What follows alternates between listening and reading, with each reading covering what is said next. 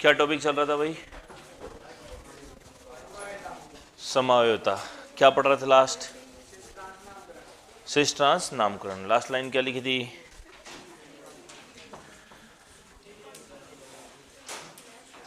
ई और जेड देखना, ई जोड नहीं सॉरी, सिस और ट्रांस कि सेम ग्रुप अगर सेम साइड होंगे तो सिस बोलना है, सेम ग्रुप डबल बॉन्ड के दूसरे साइड होंगे तो ट्रांस बोलना है। इतनी बात लिख ली थी क्या? ठीक है, कुछ और एग्जाम्पल देखते हैं।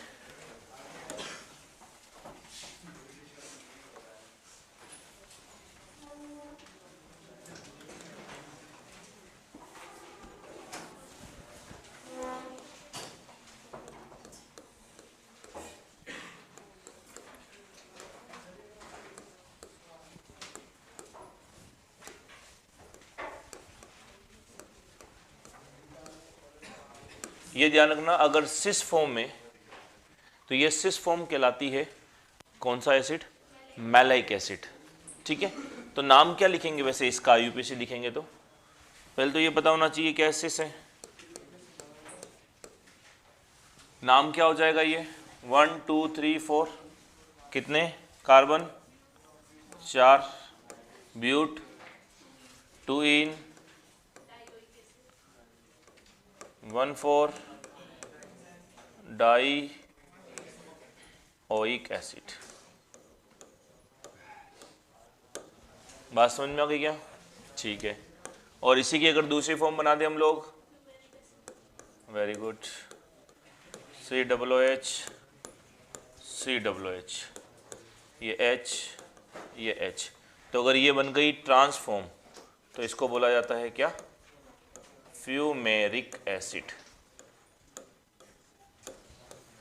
तो ये याद रखने की दो इंपॉर्टेंट है, ये काम के हैं, फ्यूमेरिक अम्ल और मैलाइक अम्ल।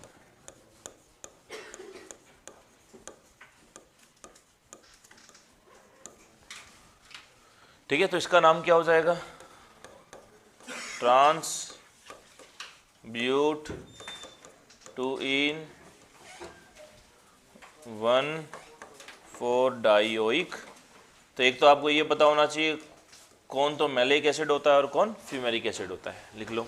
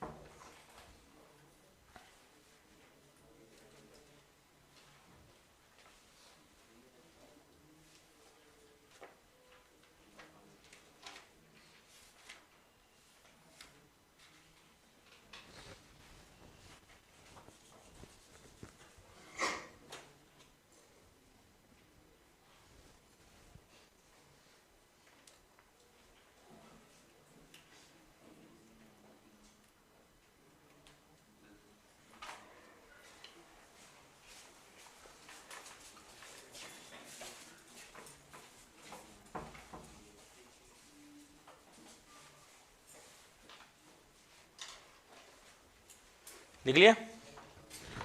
तो सिस फॉर्म एसिड वाली ये जो दोनों है इसको तो हम लोग कहेंगे क्या? मैलाइक एसिड। ये सिस फॉर्म है और ये अगर ऑपोजिट में चले गए तो ये बन गया ट्रांस।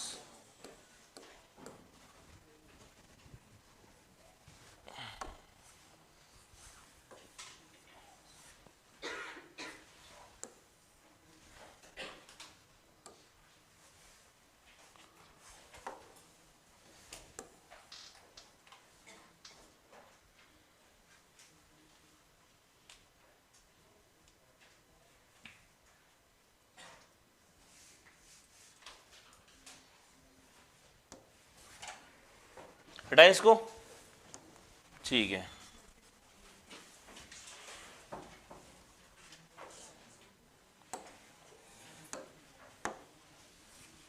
समझिए इधर कि अगर हमारे पास है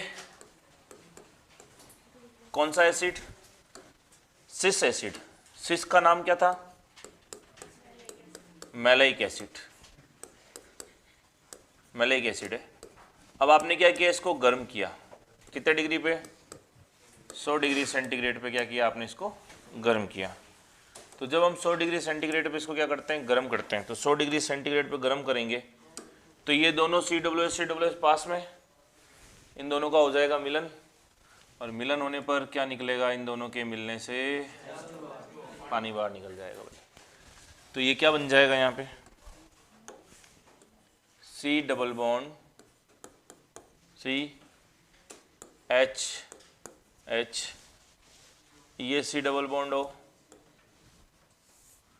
ये C डबल बॉन्ड O, ये वाला O ये रहा, ये इसका C डबल बॉन्ड O, और ये क्या बन चुका है, एनहाइड्राइड। जब भी दो एसिड होते हैं उनसे एक वाटर निकलता है तो एनहाइड्राइड निकलता है। एन का मतलब होता है बाहर आना, हाइड्रो वर्ड किसके लिए आता है,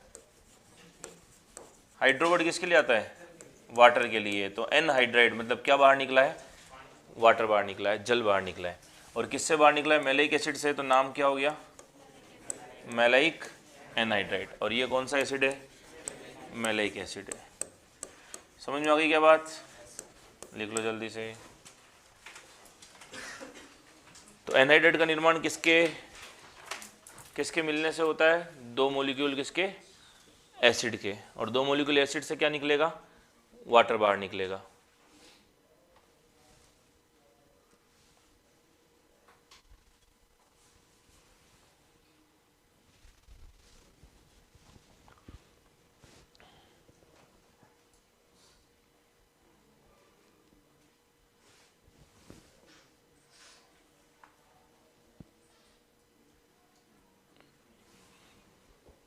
केमिस्ट्री के लिए आपको कोई सी बुक्स पढ़नी है तो आप केवल टेक्स्ट बुक्स पढ़ें, बाकी कुछ भी ना पढ़ें।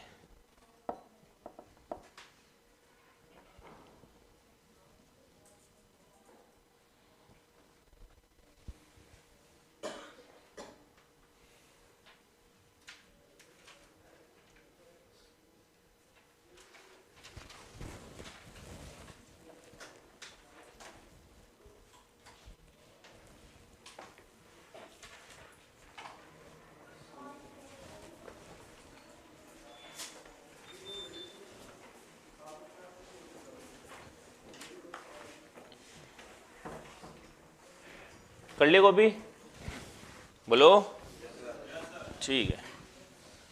तो अब अगर आपको यहाँ से पूछा जाए एक बात, क्या पूछना है कि जैसे हमने लिया क्या, अच्छा यहाँ पे -H2O हो रहा है क्या, तो आप चाहो तो लिख सकते हो क्या हो जाएगा, -H2 हो जाएगा।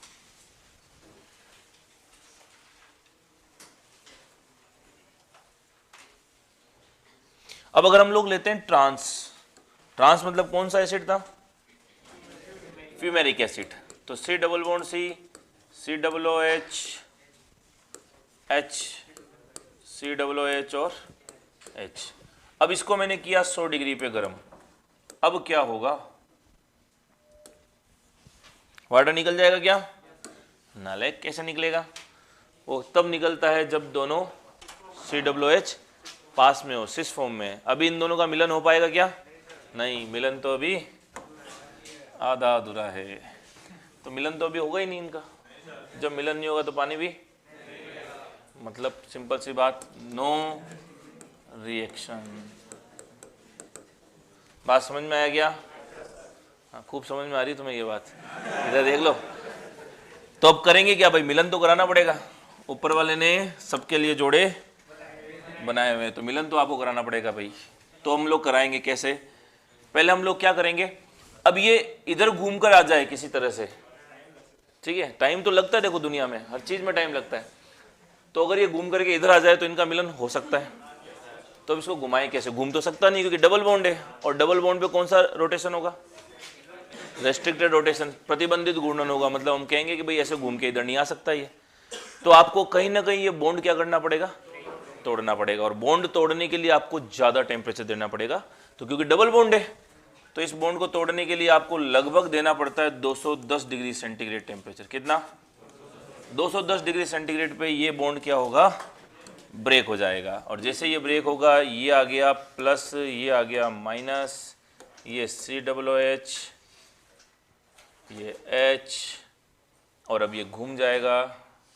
या पहले तो ऐसे लिख दो कि बॉन्ड ब्रेक कर दिया अपन ने। बॉन्ड ब्रेक कर दिया तो रोटेशन होगा। 200 डिग्री पे कौन सा बॉन्ड टूट रहा है, पाई बॉन्ड टूटेगा, और पाई बॉन्ड टूटेगा और ये क्या होगा, रोटेट होगा। रोटेट होकर के ये इस कंडीशन में आ जाएगा। क्या ये तो चाह ही रहा था इसके पास आना, घूम करके इसके पास आ गया। अब ये कहता है कि चलो आओ क्या करें, मिलन करें। तो अब मिलन होगा पूरा और निकलेगा यहाँ से क्या, ये प्लस और ये माइनस। ज़्यादा कुछ होने की जरूरत नहीं, इनका हो रहा है, अपना नहीं हो रहा है। अपन केवल क्या है, अपन केवल बाराती है यहाँ पे बस। सी सी सी डबल बॉन्ड ओ, ओ सी डबल बॉन्ड ओ, ओ, ये H और H, और यहाँ बन जाएगा वापस क्या, प्लस माइनस के बीच में बॉन्ड। तो ये क्या, मैलाइक एनहाइड्राइड बन गया क्या? हाँ सर, ना सर, जबरदस्ती है। मैलाइक थोड़ी है ये, किससे बना है ये, फ्यूमेरिक से। तो लिख लो फटाफट से इसको।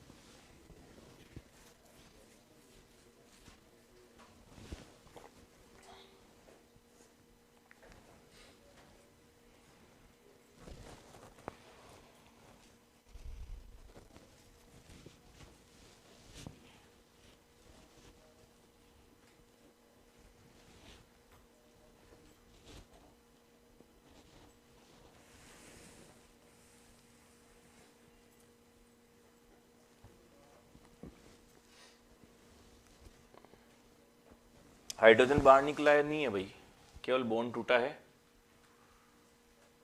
या आप यूँ कह सकते हो बॉन्ड्स की शिफ्टिंग हुई है प्लस माइनस। क्योंकि टेम्परेचर देंगे तो ये अलग हो जाएगा इससे।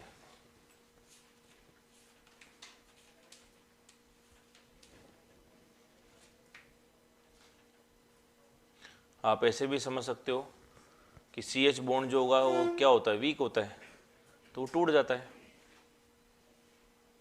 हाइड्रोजन अलग हो जाता है पर रहता वहीं पर है, तो वापस आकर के इससे जुड़ जाएगा और वापस बॉन्ड बना लेगा।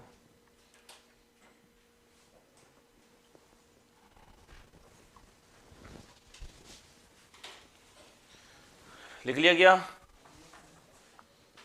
बोलो।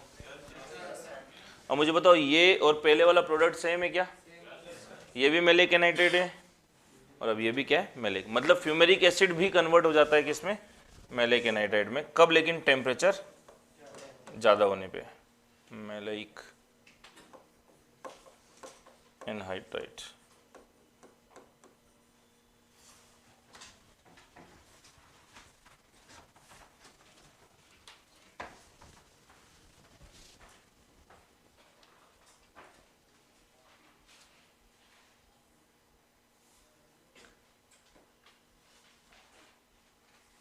सी पर पॉजिटिव और नेगेटिव क्यों आया? क्योंकि बॉन्ड टूटा है, हाइड्रोजन निकला है।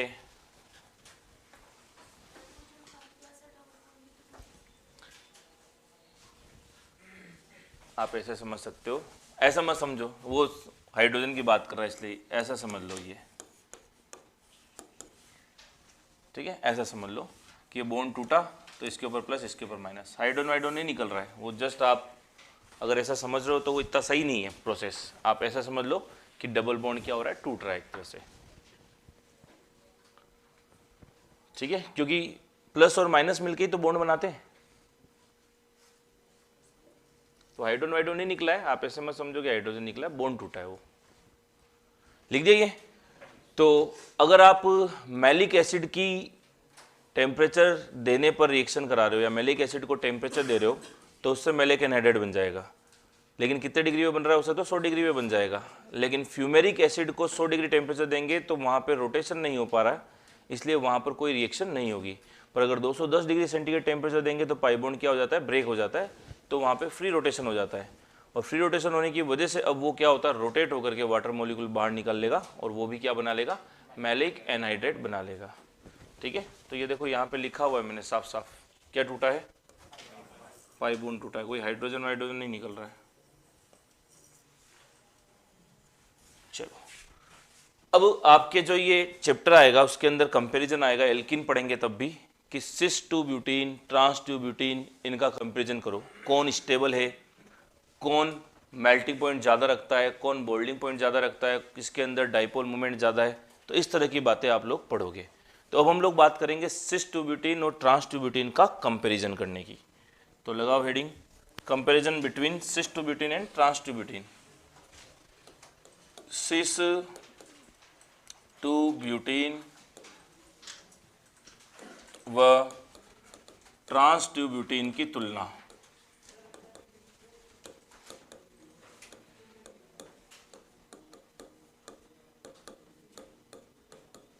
सिस टू ब्यूटीन और ट्रांस टू ब्यूटीन की तुलना, comparison between cis two butene and trans two butene.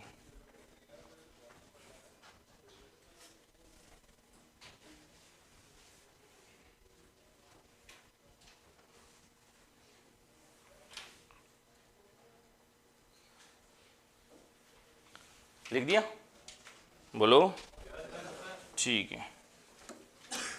अब हम बात करते हैं सिस टू ब्यूटीन और ट्रांस टू ब्यूटीन की, सबसे पहले स्टेबिलिटी की। स्टेबिलिटी अगर चेक करें तो किसकी ज़्यादा होगी, किसकी कम होगी, सिस और ट्रांस में किसकी ज़्यादा होती है, क्यों भाई, सिस टू ब्यूटीन ऐसी होगी क्या, बोलो, ये है सिस, और ट्रांस होगी ये,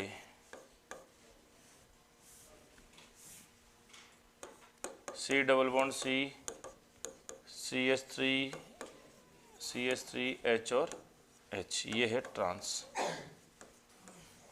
अब अगर हम लोग बात करें स्टेबिलिटी की, तो स्टेबिलिटी डिपेंड करती है स्टेरिक हिंड्रेंस पर भी।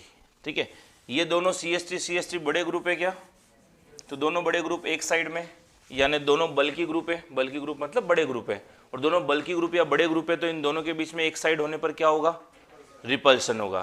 तो मैं ये लिख सकता हूँ क्या, बल्कि ग्रुप, बल्कि समझ जाओगे, बल्कि ग्रुप का मतलब हिंदी में आप बोल सकते हो बड़े ग्रुप, बल्कि ग्रुप सेम साइड होने के कारण, सेम साइड, तो रिपल्शन,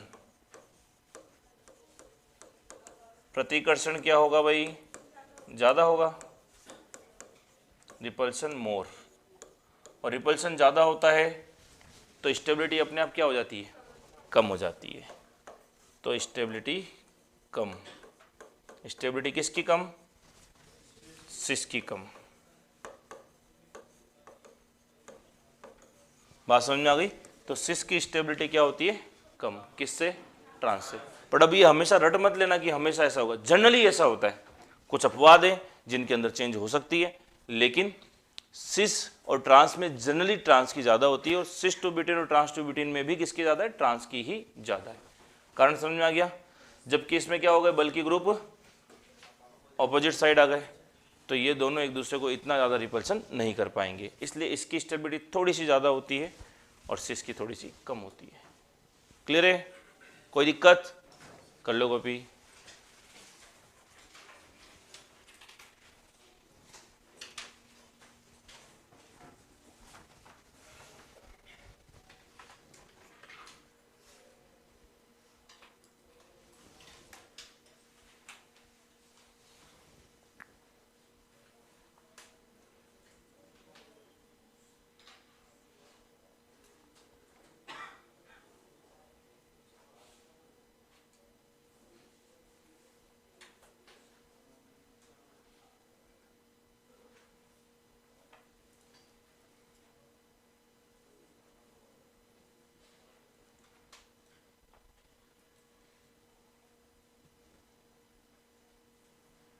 बल्कि ग्रुप को हिंदी में क्या लिखते हैं?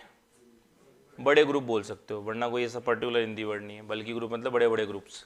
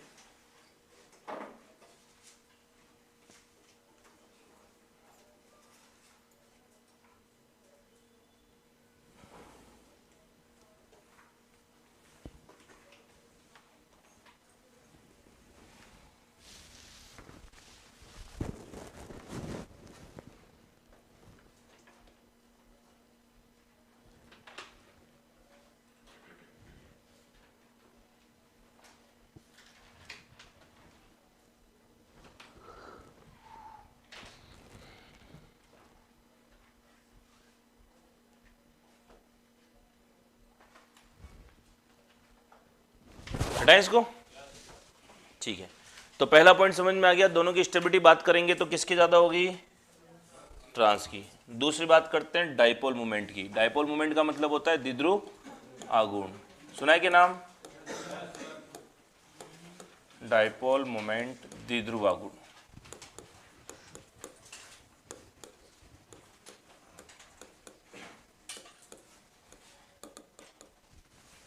द्विध्रुव आघूर्ण को लिखते हैं म्यू से।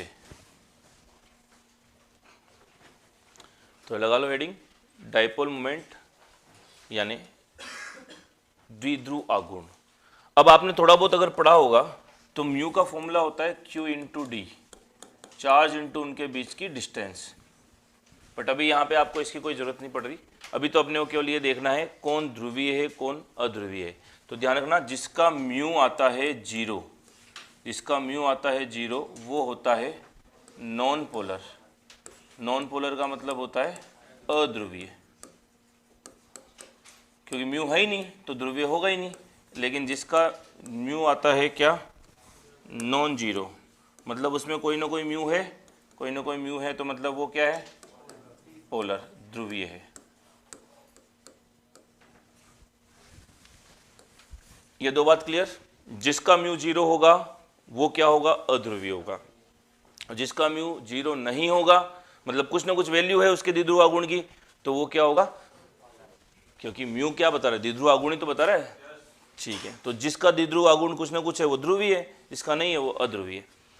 अब मुद्दा है कि सर ये कैसे मालूम पड़ेगा किसका 0 है किसका नहीं है? तो थोड़ी सी बेसिक बात बता रहा हूँ, बाकी पूरी डिटेल केमिकल बॉन्डिंग में आती है जो आपके क्वेश्चन सोल्व कर देगी। देखो क्या कि जैसे आपको ऐसा पूछा जाए कि ऐसा समझ लो आप, जैसे BF3 है। पहले मुझे बताओ, इसके लिए आपको थोड़ी सी वेक्टर की नॉलेज होनी जरूरी है। वेक्टर पढ़ा दिया सर ने फिजिक्स में? वेक्टर सम करना बता दिया, एक फॉर्मूला बताया होगा, नेट वेक्टर का रिजल्टेंट निकालना हो तो F1 square plus F2 square root के अंदर, ये हो गया solve, plus 2F1 F2 cos theta. तो अगर 180 डिग्री पर दो वेक्टर हैं, 180 डिग्री पर दो फोर्स लग रहे हैं, तो इनका रिजल्टेंट फोर्स कितना आएगा? 0 आएगा। उससे भी निकाल सकते हो ना फॉर्मूले से, A माइनस बी रिजल्ट लिखाया होगा उसका, पढ़ा दिया ना? अरे यार, कोई कह रहा हाँ, कोई कह रहा ना। पुराने पढ़ाने की, पुराने पढ़े हुए की बात नहीं कर रहा, सर ने डिस्कस करा दिया क्या आपको? तो कुछ क्यों मना कर रहे हो? नहीं कराया? तुम बताओ। हाँ, नहीं करवाया? कॉपी में भी नहीं लिखवाया? अच्छा, कोई बात नहीं, कोई बात नहीं।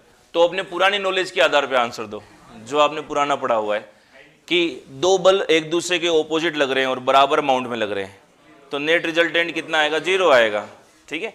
तो कुछ कॉमन से भी आंसर दे सकते हैं अपन, कॉमन दिमाग लगा के। जैसे BF3 मैंने बोला है, अब अगर आपने को चेक करना है कि BF3 ध्रुवीय है अध्रुवीय है, पोलर है नॉन पोलर है, तो चेक करने का बेसिक तरीका क्या होता है सुन लो। पहले तो आपको पता होना चाहिए उसकी सही से ज्योमेट्री, उसकी स्ट्रक्चर सही पता होनी चाहिए। स्ट्रक्चर निकालने के लिए आपको पता होना चाहिए हाइब्रिडाइजेशन, संकरण। संकरण निकालना मैंने आपको बताया है। तो BF3 का हाइब्रिडाइजेशन बता सकते हो क्या? sp2, क्लियर है? ये बता दिया बहुत अच्छे से। तो sp2 जब भी आएगा तो उसका हाइब्रिडेशन क्या होगा, मतलब sp2 जब भी आएगा उसकी ज्योमेट्री कैसी होगी, ट्राइगोनल प्लेनर होती क्या, तो ट्राइगोनल प्लेनर ऐसे ही बनेगी क्या, ये b ये f और ये f, कोई दिक्कत। अब जब भी आपको देखना है कि ध्रुवीय है अध्रुवीय है तो आपको क्या करने हैं, जोड़े बनाने, अपने को क्या करने, वैसे तो जोड़े कौन बनाता है, पर यहाँ अपन बनाएंगे, ठीक। तो b और f, एक जोड़ा तो ये बन गया, एक जोड़ा ये, एक जोड़ा ये। तो b और f इन दोनों में ज्यादा इलेक्ट्रोनेगेटिविटी किसकी, पता है दुनिया में सबसे ज्यादा किसकी है। तो बस जोड़े बनाने का मतलब ये कि उस बॉन्ड में ये देखना है आप इलेक्ट्रॉन किधर की तरफ जाएंगे, तो इस बॉन्ड के इलेक्ट्रॉन किधर की तरफ जा सकते हैं, फ्लोरीन की तरफ। क्यों, इलेक्ट्रोनेगेटिविटी ज्यादा है। इलेक्ट्रोनेगेटिविटी का मतलब क्या होता है, बॉन्ड को अपनी ओर आकर्षित करने की, बॉन्ड के इलेक्ट्रॉन्स को अपनी ओर अट्रैक्ट करने की क्षमता। तो इन दोनों में एरो इधर, तो फिर इन दोनों में, इन दोनों में, अब ये तीनों एक दूसरे के 120 डिग्री पे हैं क्या, ठीक है भाई। अब मुझे बताओ जितना फोर्स ये लग रहा है उतना ही ये भी तो लग रहा होगा। जैसे सपोज ये F है और ये F है, तो ये 120 डिग्री पे दो फोर्स लगते हैं, तो इनका रिजल्ट कितना आता है, F ही आता है। ये पता है कि नहीं पता है बेसिक, ये उस मैथ से समझ में आएगा, सर पढ़ाएंगे तो फॉर्मूले से कि सर इन दोनों का रिजल्ट तो इनके बीच में ही कहीं आएगा और कितना आएगा, F ही आएगा। तो इन दोनों के लिए अपन ने ये F लिख दिया, तो इन दोनों को लिखने की जरूरत नहीं, ये F और ये F, मतलब ये फोर्स और ये फोर्स आपस में 180 डिग्री पे है, बराबर है, तो रिजल्ट कितना आ जाएगा, 0। तो म्यू का मान कितना, 0। तो आप क्या बोलोगे, ये क्या है, नॉन पोलर है। समझ में आया क्या, बिल्कुल। तो फिर एक एग्जांपल मुझे बताओ, CO2 पोलर है या नॉन पोलर, ध्रुवीय अध्रुवीय, कैसे मालूम पड़ा, सबसे पहले क्या निकालोगे,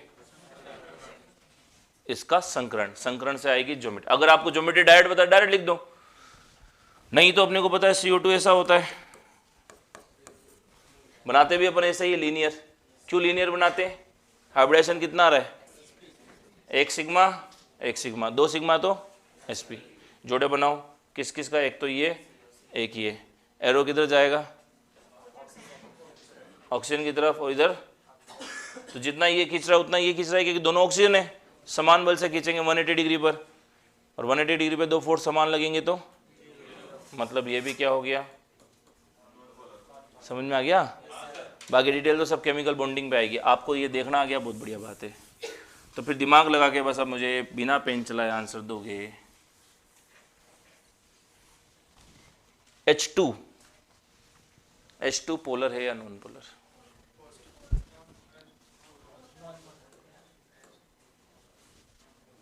H2 बोला है ना, H2O नहीं, किधर, नॉन पोलर, पोलर, हाँ नालायक, क्यों पोलर होगा, एक ही तो जोड़ा है। अब इसमें इलेक्ट्रॉन या तो ये खींचेगा या कौन खींचेगा, कोई सा नहीं खींचेगा। क्यों, इलेक्ट्रॉन नेगेटिविटी क्या है, बराबर है, बॉन्ड के इलेक्ट्रॉन जस्ट बीचों बीच रहेंगे, तो ना तो ये खींचना है ना ये खींचना है, म्यू इक्वल टू। लेकिन N2 में क्या होगा, अरे यही तो होगा, C2 में क्या, O2 में क्या होगा, यही होगा। मतलब एक दिमाग में बात बन जाएगी, डाई एटॉमिक मॉलिक्यूल, द्वि परमाणविक अणु, मतलब ऐसे मॉलिक्यूल जिनमें कितने एटम है, 2, और दोनों क्या हो, सेम हो, तो उनका म्यू हमेशा कितना आएगा, क्योंकि दोनों सेम है, दोनों की इलेक्ट्रोनेगेटिविटी सेम होगी, वो कहेगा मैं खींचूं, वो कहेगा मैं खींचूं, दोनों बराबर तरीके से खींचेंगे, तो बॉन्ड के इलेक्ट्रॉन कहाँ रहेंगे, बीच में रहेंगे। बॉन्ड के इलेक्ट्रॉन तो शिफ्ट तब होंगे जब एक का फोर्स ज्यादा हो, दूसरे का कम हो, वो तो दोनों बराबर खींच रहे हैं, तो बॉन्ड के इलेक्ट्रॉन बीचों बीच रहेंगे, किसी के पास नहीं जाएंगे, तो वो नॉन पोलर हो जाएगा। जैसे सिंपल सी बात, HCl पोलर या नॉन पोलर, पोलर, इलेक्ट्रॉन को कौन जल्दी खींच लेगा, क्लोरीन खींच लेगा, इसलिए तो क्लोरीन पे माइनस लगा देते हो, इसके ऊपर प्लस लगा देते हो। अरे कहानी समझ में आई, पोलर नॉन पोलर देखना गया, बस डिटेल तो वहां आएगी। अब अपने को यहां किस चीज की जरूरत है वो समझो। अपन कंपैरिजन किस किस का करेंगे, सिस और ट्रांस, सिस टू ब्यूटीन और ट्रांस टू ब्यूटीन। अच्छा ये इलेक्ट्रॉन किस बेसिस पे खींचे जा रहे हैं, इलेक्ट्रोनेगेटिविटी, ये बात आ गई समझ में, ठीक है, बस अब यहाँ पे दिमाग लगा के जवाब देना, अपने आप आपको आंसर मिल जाएगा। CH3 CH3 H और H। अब इधर देखते हैं, ये C double bond C carbon है, ये CH3 है, ठीक है। कार्बन और CH3 इन दोनों में से इलेक्ट्रॉन किधर जाने चाहिए? कार्बन की तरफ। क्यों? Very good. इस कार्बन का हाइब्रिडेशन कितना? sp2 है, और ये sp3 है, अरे है ना। और आपको ये पता है इलेक्ट्रोनेगेटिविटी sp की सबसे ज़्यादा, sp2 की उसके बाद, और sp3 की सबसे कम। ये पता है क्या बात? पहले डिस्कस हो गई क्या? नहीं हुई तो ध्यान रखना। इसकी इलेक्ट्रोनेगेटिविटी होती है डाई 2.50, इसकी होती है 2.75, इसकी होती है 3.25। याद हो जाएगी क्या? क्या याद हो जाएगी? कुछ याद नहीं रहेगी। इधर देखो, ऐसे याद रखना, नहीं तो आप इसको उल्टा लिख लो ताकि आपको याद रहेगी। ऐसे ऊपर लिखें क्या? इसको ऊपर कर देंगे, इसको कौन सी दिक्कत है? sp3 sp2 sp। इलेक्ट्रोनेगेटिविटी की बात करें तो 2.50, 2.75, 3 ये वापस आगे काम आएगी आपके कब? जब आप एल्केन एल्किन एल्काइन पढ़ोगे, ठीक है। तो याद आ जाएगी वैल्यू। कैसे रखेंगे? देखो सिंपल सी ट्रिक, 2.5, 3.25, 3.25, ऐसे याद रखना। आ जाएगी याद? 2.5, 3.25, 3.25। तो जो sp कार्बन एटम होता है उसकी सबसे ज़्यादा होती है इन तीनों के अंदर। तो ये sp कार्बन एटम है क्या? sp तो कोई है ही नहीं यहाँ पे, sp2 है क्या ये? और sp2 है तो इसकी 2.75 होगी, और ये क्या होगा? sp3। sp3 होगा तो ये sp3। sp3 क्यों है? समझ में आ गया ना? कितने सिग्मा बॉन्ड बन रहे हैं? 4 सिग्मा, मतलब sp3। इसमें कितने सिग्मा? 3 सिग्मा, मतलब sp2। और sp2 और sp3 में ज़्यादा किसकी? तो इलेक्ट्रॉन कौन खींचने वाला है? sp2। मतलब एरो इधर लगा दे क्या? इधर की तरफ, ठीक है। और इसमें भी एरो इधर लगा दे। तो ये कुछ ऐसे लग रहे हैं इस एंगल पे, ऐसे नहीं है। ये तो क्या है आपस में? 180। तब तो वैल्यू कितनी आ जाती? 0। लेकिन ये ऐसे लग रहे हैं, तो ऐसे लग रहे हैं। जब दोनों ऐसे लग रहे हैं तो इनका रिजल्टेंट इन दोनों का बीच में आएगा क्या? इधर आना चाहिए म्यू, कुछ ना कुछ इन दोनों का रिजल्टेंट। थोड़ा बहुत वेक्टर का नॉलेज होगा ना 11-12 में फिजिक्स में, कि दो अगर ऐसे लग रहे हैं तो इनका रिजल्टेंट ऐसे आएगा, दो अगर ऐसे लग रहे हैं तो उनका रिजल्टेंट तो इनके। ये कन्फर्म है, रिजल्टेंट हमेशा बीच में ही आता है, ठीक है। तो इनका रिजल्टेंट कहीं ना कहीं आएगा, मतलब म्यू 0 तो नहीं। अच्छा सर, हाइड्रोजन का क्यों नहीं देखा? बॉन्ड तो C और H के बीच में भी है, लेकिन अपन कहते हैं C और H की इलेक्ट्रोनेगेटिविटी लगभग क्या होती है? समान होती है। C की कार्बन की अपन कितनी लेते हैं? 2.4, 2.5 लेते हैं, और हाइड्रोजन की 2.1 के आसपास लेते हैं। तो बहुत ज़्यादा डिफरेंस नहीं होता, इसलिए हम लोग हाइड्रोजन का कभी कंसिडर नहीं करते।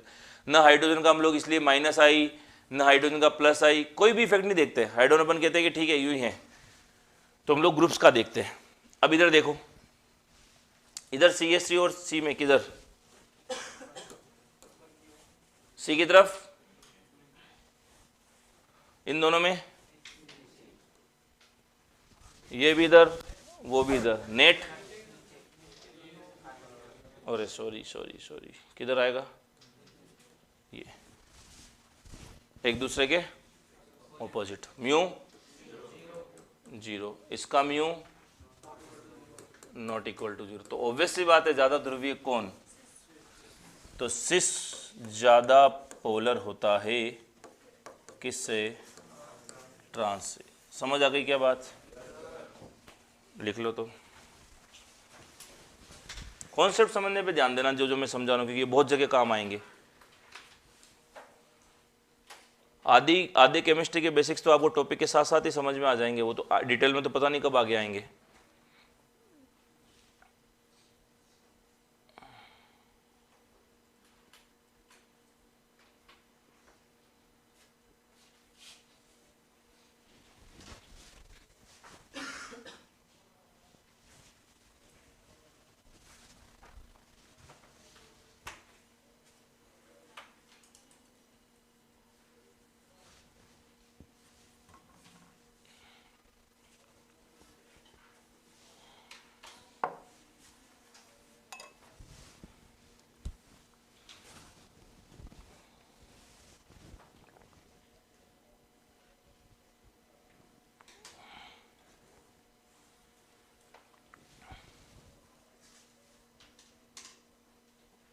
एक बालक पूछा सर एस परसेंटेज से भी डाइपोल मोमेंट निकाल सकते हैं क्या?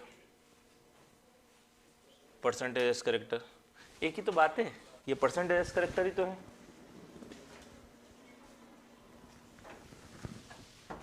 एक ही बात है ये। यहाँ पे आप देखोगे परसेंटेज एस करेक्टर कितने परसेंट है?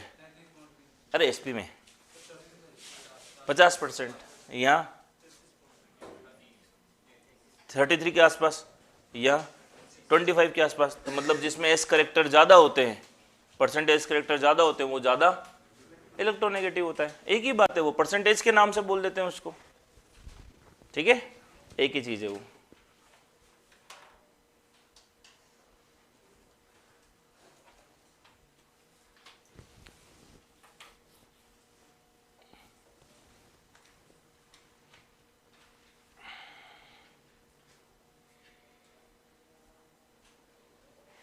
आप तो बस जो कॉन्सेप्ट ज़्यादा जोर लगा के समझा रहा हूँ ना, उसको समझने पे जोर देना, क्योंकि वो इंपॉर्टेंट होगा, इसलिए इसको इतने तरीके से आपको समझा रहा हूँ, क्योंकि वो पूरी केमिस्ट्री में काम आएगी आपकी बात, इनऑर्गेनिक में भी काम आएगी।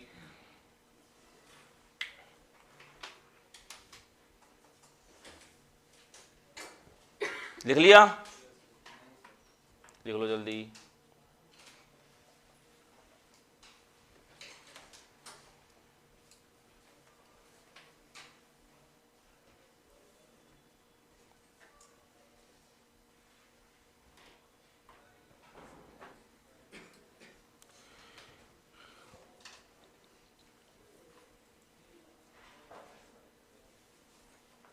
हटाएं?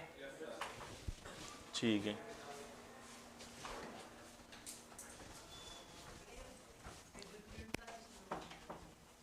वापस बोलो। विद्युत ऋणता किसमें? मतलब यूनिट? कोई यूनिट नहीं होती, लगा ही नहीं है, देखो मैंने यूनिट लेस होती है, क्योंकि ये केवल क्या है? आकर्षण है। किस चीज का? इलेक्ट्रॉनों का। अगर यूनिट होती तो मैं आगे यूनिट लिखता, यूनिट लेस क्वांटिटी है, ठीक है। हाँ 2.4 या 2.5 भी ले लेते हैं, चलिए 2.4 या 2.5 कुछ भी मिल सकती है आपको।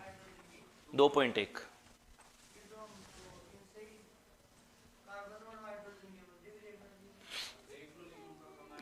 आएगा ही नहीं उसका, क्योंकि उसके बीच में डिफरेंस बहुत कम है, इनके बीच में डिफरेंस ज़्यादा है। कितना है? 2.75 और 3.25 में कितना डिफरेंस है? सॉरी 2.7 और 2.5 में कितना डिफरेंस है? 0.25 का डिफरेंस है। और कार्बन और हाइड्रोजन में कितने का डिफरेंस है?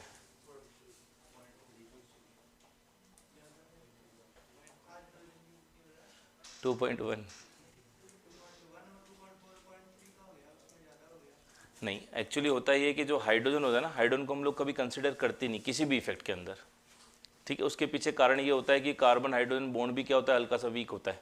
कभी भी देखना, आप रिएक्शन भी कराते हो तो कार्बन हाइड्रोजन बॉन्ड को पहले तोड़ते हो, तो वो वीक भी होता है, उसका ज़्यादा इतना इफेक्ट भी नहीं होता। तो आपको ये ध्यान रखना है कि हाइड्रोजन का आपको कोई भी कह सकते हैं प्रभाव क्या नहीं करना, कंसिडर नहीं करना। और वो आप वैसे भी यहाँ पे इसलिए नहीं कर रहे हो क्योंकि अगर इसका करोगे तो इसका और इसका दोनों का सेम आएगा, इससे कोई फर्क पड़ेगा भी नहीं। इसका और इसका क्या आएगा?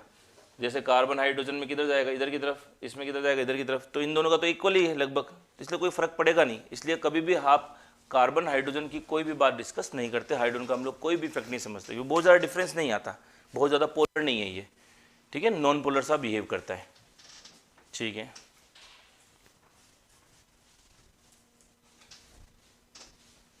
चलो इतनी बात क्लियर है। तो वो चाहो तो आप इसको इस तरीके से भी लिख सकते हो। कैसे?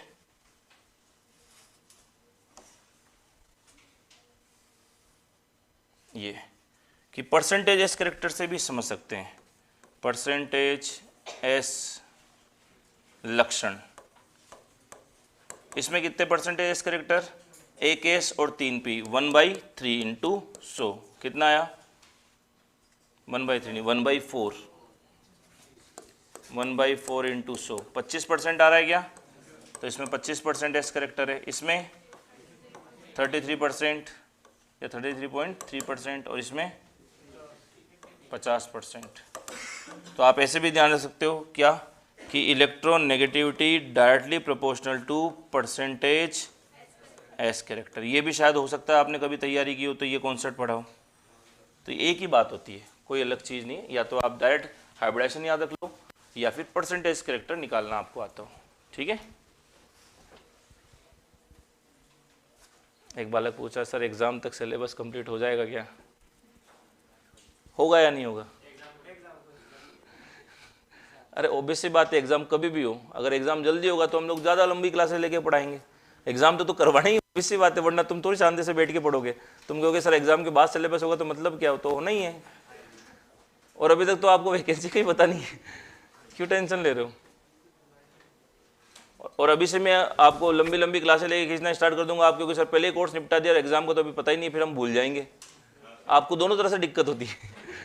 तेज पढ़ाओ तो सर जल्दी क्या, अभी तक तो पता ही नहीं है सिलेबस एग्जाम कब होगा, और धीरे धीरे पढ़ाएं आराम से, समझा के एक चीज़, सर एग्जाम तक सिलेबस होगा या नहीं होगा, सब होगा, टेंशन मत लो हमारी हेडेक है।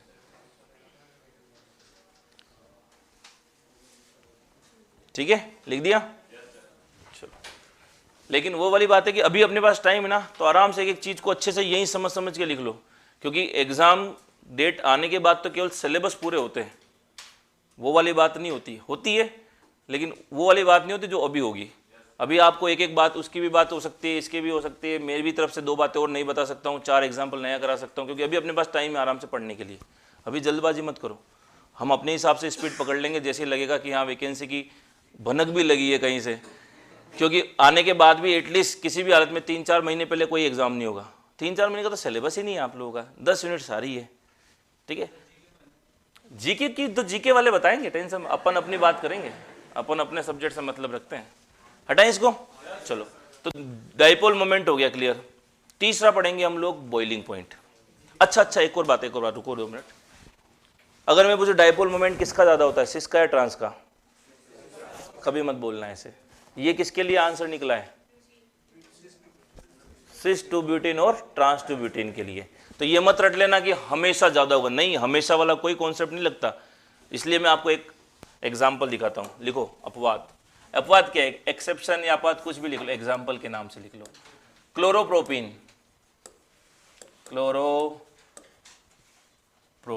अब ये क्लोरोप्रोपीन बोला है तो मतलब कौन सा क्लोरोप्रोपीन है? ये 1 क्लोरोप्रोपीन। जरा 1 क्लोरोप्रोपीन को चेक करो।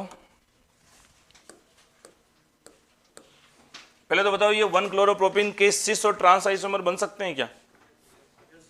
बना के देखो, और ये बताओ कि इसमें सिस का ज्यादा आएगा या ट्रांस का ज्यादा आएगा?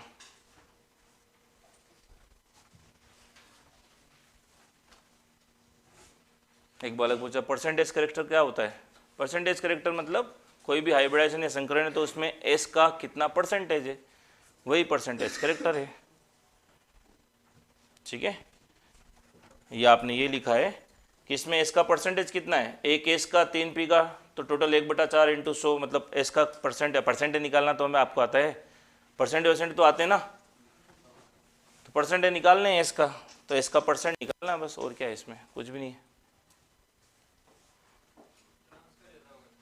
ट्रांस का ज़्यादा आ रहा है, और अभी अपने किसका आ रहा था, इसलिए मैं कह रहा हूँ ये कॉन्सेप्ट मत बनाओ ऐसा कोई भी। ये केवल कंपैरिजन किसके चल रहे हैं? सिस टू ब्यूटेन और ट्रांस टू ब्यूटेन के। क्यों चल रहे हैं केवल उसके? क्योंकि सिलेबस में, इसलिए सिंपल सी बात है, हम पढ़ वही रहे हैं जो आपके पॉइंट टू पॉइंट सिलेबस की चीज़ें। एल्केन सिलेबस में है, एल्केन में क्यों नहीं पढ़ रहे अपन?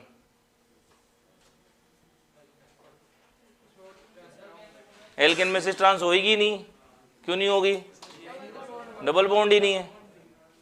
बात आ गई समझ में? और एल्काइन में क्यों नहीं कर रहे अपन बात? 2 ग्रुप नहीं आते, वेरी गुड, क्योंकि एल्काइन में CH ट्रिपल बॉन्ड CH है, तो एक H हट करके तो लगेगा कोई ग्रुप, तो एक कार्बन पर केवल कितने ग्रुप होगा? एक ही होगा, तो सिस ट्रांस देखोगे कहाँ से? इसलिए बात केवल किसकी आएगी? एल्कीन की, सिस टू ब्यूटेन और ट्रांस टू ब्यूटेन। समझ में आया केवल इसी की बात क्यों की जा रही है? ये पता होना जरूरी है, आपको किताबों में ढूंढ से, जैसे एल्कीन की वैसे एल्केन और एल्काइन की क्यों नहीं है? नहीं, बनेगी नहीं, इसलिए। कहानी समझ आई क्या? चलो, बन गया क्या क्लोरोप्रोपीन?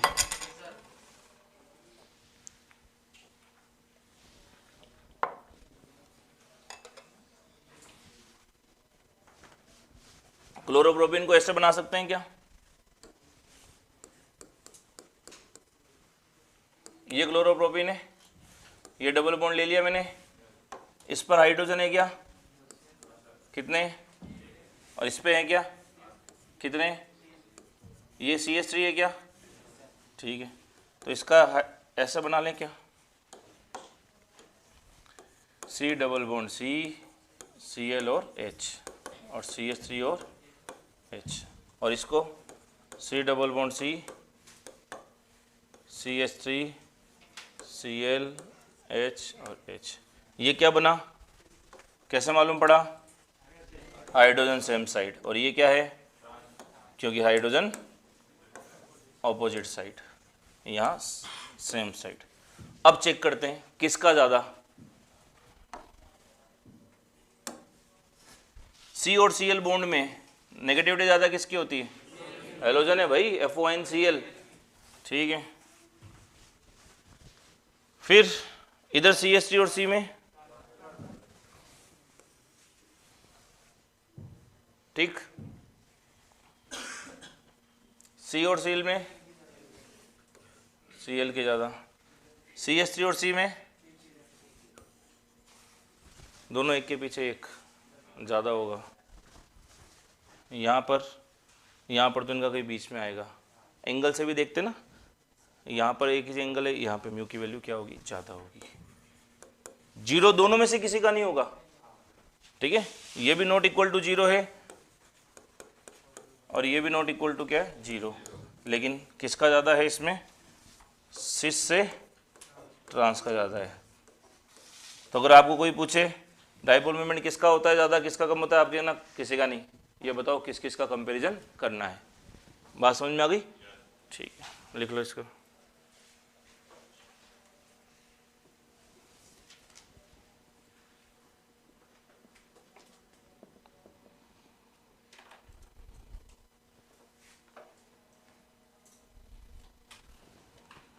और आपको इसको वैसे भी समझ सकते थे कि Cl का कौन सा लगाते हैं, -I लगाते हैं क्या, अभी खैर हालांकि आपको -I वाई नहीं पता है, थोड़ा बहुत याद हो पुराना, जिसकी इलेक्ट्रॉनिक ज़्यादा होती है तो वो इलेक्ट्रॉन को अपनी ओर खींचने की कोशिश करते हैं, तो ग्रुप के ऊपर माइनस आता है, इसलिए वो प्रभाव होता है -I प्रभाव।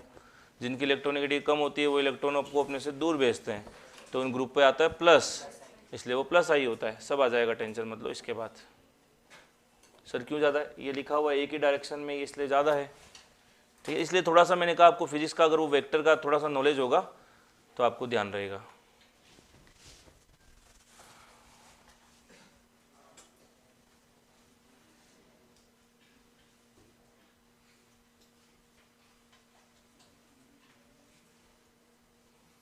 और वैसे भी ये रूल आपको पता होगा थोड़ा बहुत कि वेक्टर्स को हम लोग बिना डायरेक्शन चेंज किए शिफ्ट कर सकते हैं, पता है क्या इसको।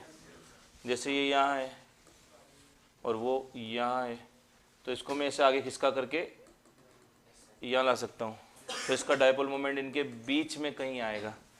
पर ये तो ये भी इसी डायरेक्शन में, ये भी इसी डायरेक्शन में, तो ओवरऑल वैल्यू बहुत ज़्यादा आएगी, इसलिए इसकी मोर आती है, इसकी थोड़ी सी लेस आती है। आई क्या थोड़ी बहुत बात समझ में। फिजिक्स है, देखो सिंपल सी बात है, वेक्टर फिजिक्स में जितना बढ़िया तरीके से याद होगा आपको उतना आसान होगा। एक बार फिर से रिपीट करें, एक बार फिर से रिपीट करने का कुछ भी नहीं है इसमें, सिंपल सी बात है। C और Cl में हेलोजन का -I होता है तो इलेक्ट्रॉन को इधर खींचेगा, इन दोनों में तो अपने पढ़ ही रहे इधर खींचेगा, तो इन दोनों का जब रिजल्टेंट निकालोगे तो ये इधर ये इधर, तो इसको मैं वेक्टर्स अगर पढ़ रहे हो तो इसको मैं बिना डायरेक्शन शिफ्ट किए यहाँ पे ऐसे यहाँ शिफ्ट कर सकता हूँ, तो इनका कहीं बीच में यहाँ आएगा। इन दोनों में इसका ज़्यादा होता है तो इसी का ज़्यादा होगा, और इन दोनों में वही क्लोरीन का -I ज़्यादा तो इधर होगा। ये एक ही डायरेक्शन में खींच रहे हैं इसलिए इसका म्यू बहुत ज़्यादा होगा। इसके ऊपर आपको अगर थोड़ा सा यहाँ कन्फ्यूजन होता है तो एक एग्जांपल देता हूँ, आपको बहुत अच्छे समझ में आएगा। नीट IIT में खूब बार पूछा गया क्वेश्चन है, ये फेवरेट क्वेश्चन है इनका।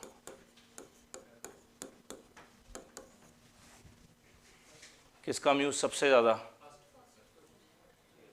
फर्स्ट का, क्योंकि एंगल इन दोनों के बीच में बहुत कम बन रहा है। ये इधर खींचेगा कार्बन से, ये इधर खींचेगा, तो इसका रिजल्टेंट कहाँ आएगा, ये आएगा। एंगल कम, रिजल्टेंट यहाँ पे ज़्यादा मिलेगा।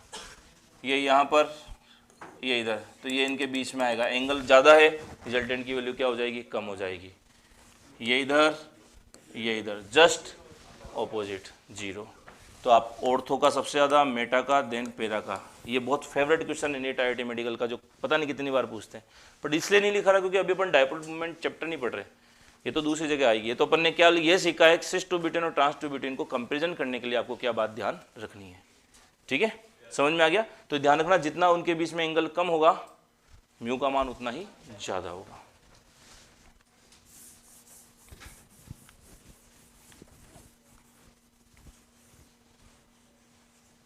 ये बात भी हो गई। अब बात करेंगे हम लोग तीसरे पॉइंट की। तीसरा पॉइंट होता है बॉइलिंग पॉइंट, क्वथनांक। क्वथनांक लगाओ हेडिंग, बॉइलिंग पॉइंट।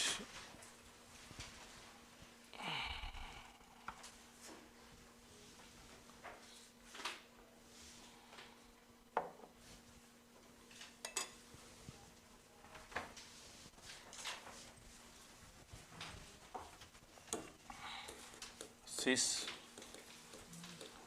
और ट्रांस। अब मुझे बताओ, सिस जो होता है, सिस और ट्रांस में से बात केवल किसकी चल रही है अभी? 2 ब्यूटेन की बात चल रही है, ठीक है ना, सिस और ट्रांस की। ज्यादा पोलर इन दोनों में से कौन? सिस मोर पोलर है क्या? अधिक ध्रुवीय, अधिक ध्रुवीय। अधिक ध्रुवीय मतलब ज्यादा पॉजिटिव चार्ज और ज्यादा नेगेटिव चार्ज, इसका मतलब तो यही है। ठीक है, मोर पोलर जो होते हैं, मोर पोलर प्लस माइनस होते हैं, वहां पे अट्रैक्शन भी क्या होगा? ज्यादा होगा। मोर अट्रैक्शन, ज्यादा आकर्षण।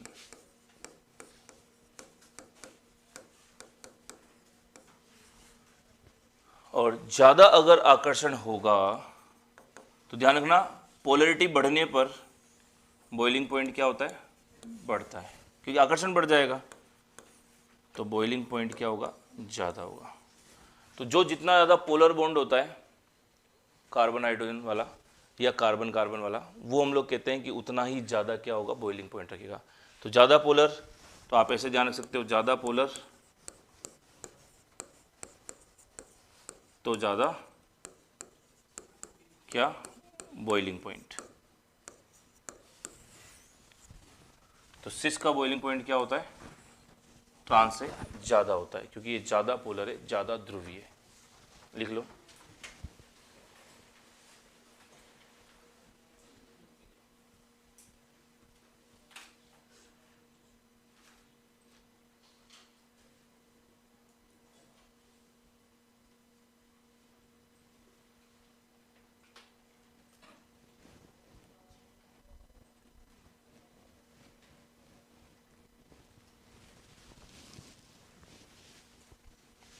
क्योंकि आप ऐसे भी समझ सकते हो कि जो ज़्यादा पोलर होते हैं, जैसे ये प्लस माइनस है, plus minus plus minus plus minus, ये पोलर है ना। पोलर मतलब क्या है? ध्रुवीय है। और ध्रुवीय तो इनके बीच में आकर्षण ज़्यादा होगा, इसका माइनस इसके प्लस को खींच लेगा, इसका प्लस इसके माइनस को खींच लेगा, तो ये आपस में क्या होंगे? एक्यूमुलेट होकर के रहेंगे। ठीक है, तो ऐसा लिख सकते हो, अणुओं के मध्य ज़्यादा आकर्षण, अणुओं के मध्य ज़्यादा आकर्षण, अणुओं के मध्य ज़्यादा आकर्षण, मोर अट्रैक्शन बिटवीन मॉलिक्यूल्स।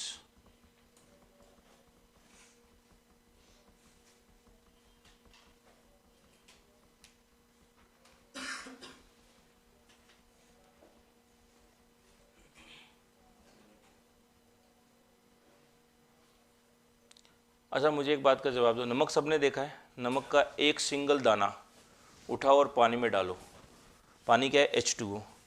तो जब पानी के अंदर उस नमक के एक दाने को डाला, तो उस नमक के एक दाने के अंदर जब पानी के मिलाया उसको उसके अंदर, तो वहाँ पे कितने NaCl गए? एक NaCl गए या बहुत सारे? बहुत सारे गए भाई। एक क्रिस्टल डाल रहे हो तो उसका मतलब थोड़ी एक ही NaCl है, लाखों करोड़ों मॉलिक्यूल्स होते हैं अंदर उसके। जैसे आपने सिस टू ब्यूटेन की बात की है, तो सिस टू ब्यूटेन जो होगा, तो अगर मैंने बोला ये सिस टू ब्यूटेन, तो एक मॉलिक्यूल थोड़ी, उसमें ऐसे करोड़ों मॉलिक्यूल होंगे। तो ये सिस वाला जो होता है, वैसे ये cis two butene, cis two butene, cis two butene, ये क्या होंगे? पोलर होंगे। और पोलर होंगे तो ये आपस में क्या होंगे? माइनस प्लस से आकर्षित हो रहा है, प्लस माइनस से आकर्षित हो रहा है, तो तो आपस में एक तरह से एक्यूमुलेट होकर के अट्रैक्शन को बहुत ज़्यादा बढ़ा देंगे। अट्रैक्शन बहुत ज़्यादा बढ़ जाएगा तो आसानी से टूटेगा क्या? ये नहीं टूटेगा। तो बॉइलिंग पॉइंट क्या होता है इसका? ज़्यादा होता है। बात समझ में आ गई? अरे बोलो। बीपी का फुल फॉर्म होता है बॉइलिंग पॉइंट, ठीक है। और बॉइलिंग पॉइंट होता है वह ताप जिस पे कोई पदार्थ क्या हो जाए? बॉइल हो जाए। जैसे वाटर का बॉइलिंग पॉइंट कितना होता है? 100 डिग्री पे उबलता है वो, ठीक है। चलिए, तो बॉइलिंग पॉइंट किसका ज़्यादा होगा? सिस का ज़्यादा होगा। किससे? ट्रांस से। किसकी बात होगी? जब ट्रांस टू ब्यूटेन और सिस टू ब्यूटेन की। यूनिवर्सल कॉन्सेप्ट नहीं है ये कि सब जगह आप लोग रट लो कि ऐसा ही होगा। ये केवल अपन सिस टू ब्यूटेन और ट्रांस टू ब्यूटेन की बात कर रहे हैं। 4th number, melting point. Melting point को बोलते हैं गलनांक। मेल्टिंग पॉइंट को बोलते हैं गलनांक। गलनांक की बात आज नहीं हो पाएगी, गलनांक की बात करेंगे नेक्स्ट क्लास के अंदर, ठीक है। इतनी बातें क्लियर?